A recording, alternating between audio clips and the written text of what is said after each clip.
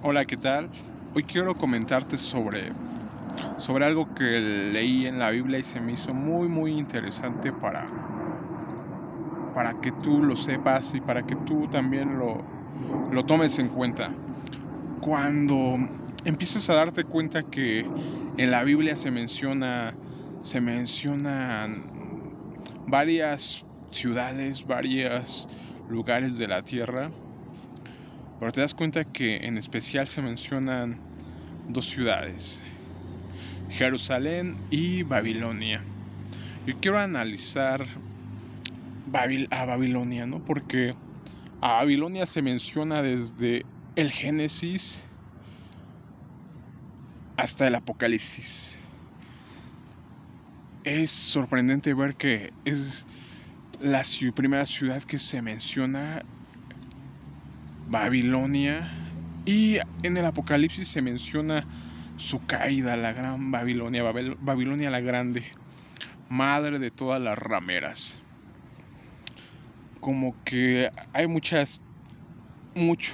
digamos, interpretaciones de quién es la gran ramera, ¿no? Porque se denomina la gran ciudad, pero también se denomina la madre de todas las rameras. Entonces debes darte cuenta que simboliza un poder político y un poder religioso. Entonces, cuando empiezas a analizar esto, te das cuenta de muchas cosas, porque date cuenta que ese mundo está regido por poderes, poder económico, poder militar y poder religioso. Cuando tú analizas, son los poderes que nos tienen, digamos, cautivos o sometidos, porque el poder político impone sus gobiernos.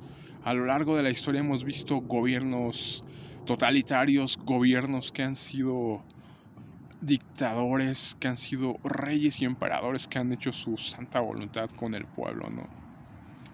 A ciertas épocas empezó a haber quizás un gobierno más democrático y demás, ¿no? Pero aún así vemos alrededor del mundo gobiernos que han sometido y han dejado a sus países en pobreza total. No lo vemos en Latinoamérica, donde la mayoría de los países sufre grandes cuestiones de pobreza, ¿no? De escasez para todo tipo de los ciudadanos, ¿no? De los pueblos. Muy pocos acumulan esa riqueza. Entonces ponte a analizar que así ha generado esa desigualdad los gobiernos, ¿no? Por otro lado,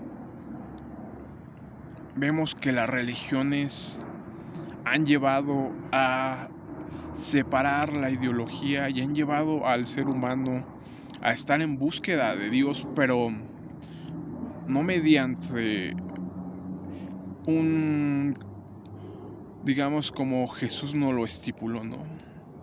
Mediante buscarlo de corazón, con humildad, sino mediante ritos, mediante cosas que se han implementado, ¿no? Mediante hombres. Date cuenta que hay hombres que se hacen pasar por los elegidos de Dios, digamos, el representante de Dios en esta tierra, ¿no? Y obviamente te, te indican que solo a través de él puedes llegar a Dios, ¿no? Que a él tienes que confesarle tu pecado, que a él tienes que ir a pedirle que te perdone.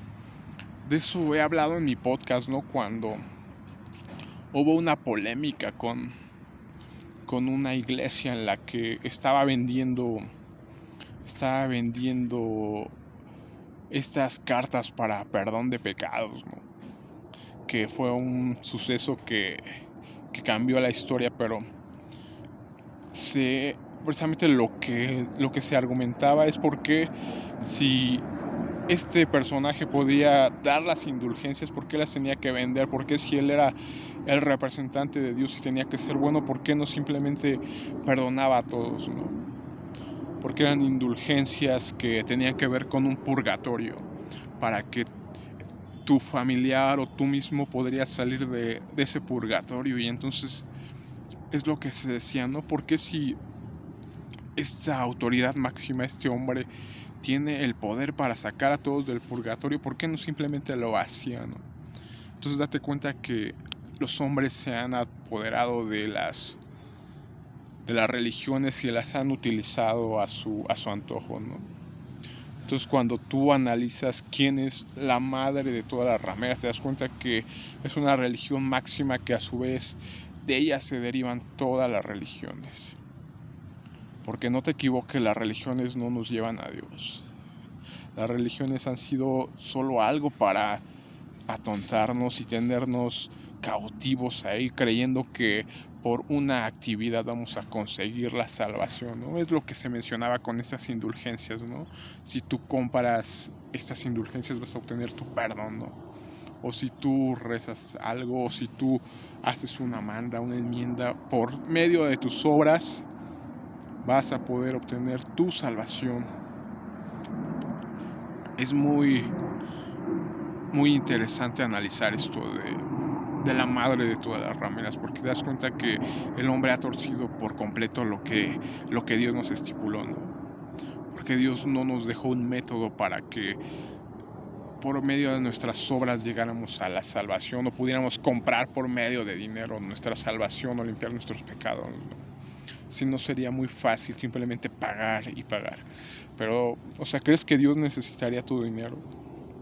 Si Dios es creador de todo, el oro, de todo, o sea, ¿qué necesitaría de ti? Hay una cita fabulosa de Isaías donde menciona esto, y también lo menciona el apóstol Pablo, ¿no?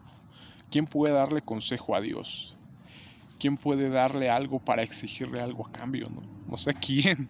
¿Quién puede poner en deuda a Dios para que le tenga que regresar un favor, no?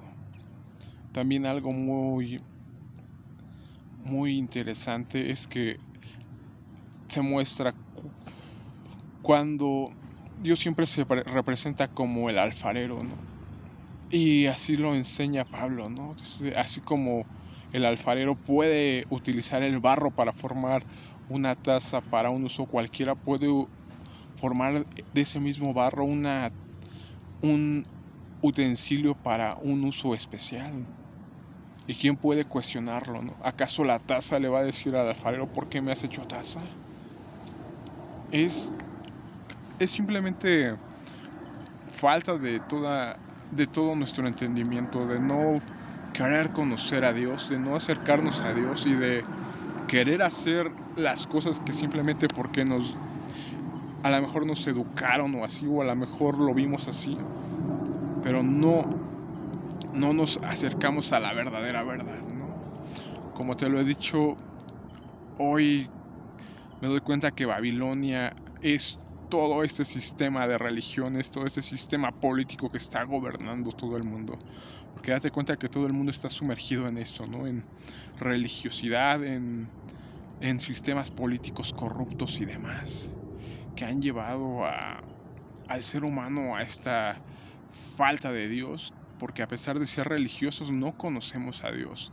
Hay personas que simplemente por ritualidad y demás hacen cosas, pero no las hacen por amor a Dios. De hecho, es muy específico la palabra de Dios cuando se menciona esto, ¿no? Este pueblo de labios me busca, pero su corazón está lejos de mí. Hay que tomar en cuenta que es eso. El corazón es el que está lejos de Dios, porque queremos simplemente con obras o con dinero o con cosas obtener la salvación, obtener algo invaluable, ¿no? Y no es así. Dios busca algo más allá, que es nuestro corazón, nuestra entrega hacia Él. No simplemente comprar la salvación, porque eso es basura, ¿no? Hay que enfocarnos en eso y lo que quiero que hoy empieces a hacer por ti mismo es empezar a pensar, ¿no? empezar a pensar por ti mismo, o sea, ¿tú qué le puedes dar a Dios que Él no tenga? ¿Crees que le puedes dar una ofrenda? ¿Crees que le puedes dar un rezo que Él lo necesite? Dios lo tiene todo, de Dios es todo. Lo único que busca es nuestro amor. Debes entender eso, que cuando te das cuenta que somos hechos a imagen y semejanza de Dios, te das cuenta que nosotros como seres humanos lo que buscamos es amor. El amor de una persona que nos ame no por lo que tenemos, sino que nos ame incondicionalmente. Entonces es algo que tenemos que darle a Dios, ese amor incondicional, que Él sea por sobre todas las cosas. Espero que lo analices, que no pienses que Dios está esperando de ti dinero o alguna obra, ¿no? Que digas, es que con esto lo voy a comparar, con esto lo voy a agradar. Él está esperando que tú lo ames con todo, y ese amor a su vez va a reflejar después. Cuando amas a alguien, obviamente vives para ese alguien. Es muy fácil darte cuenta cuando tú por ti empiezas a amar a alguien, automáticamente lo empiezas a querer agradar. Entonces todo ya viene por consecuencia, no es la consecuencia primero, sino el amor es primero, y después con base a eso vas a empezar a agradar a Dios, pero porque ya le entregaste tu corazón, le entregaste tu vida y tomaste la salvación que Él nos ofrece. Es eso lo que quiero que hoy te quedes, que hoy que analices y que te des cuenta que estamos sometidos en este mundo bajo la gran Babilonia, la madre de todas las rameras. Bueno, espero que lo analices y te veo en otra ocasión.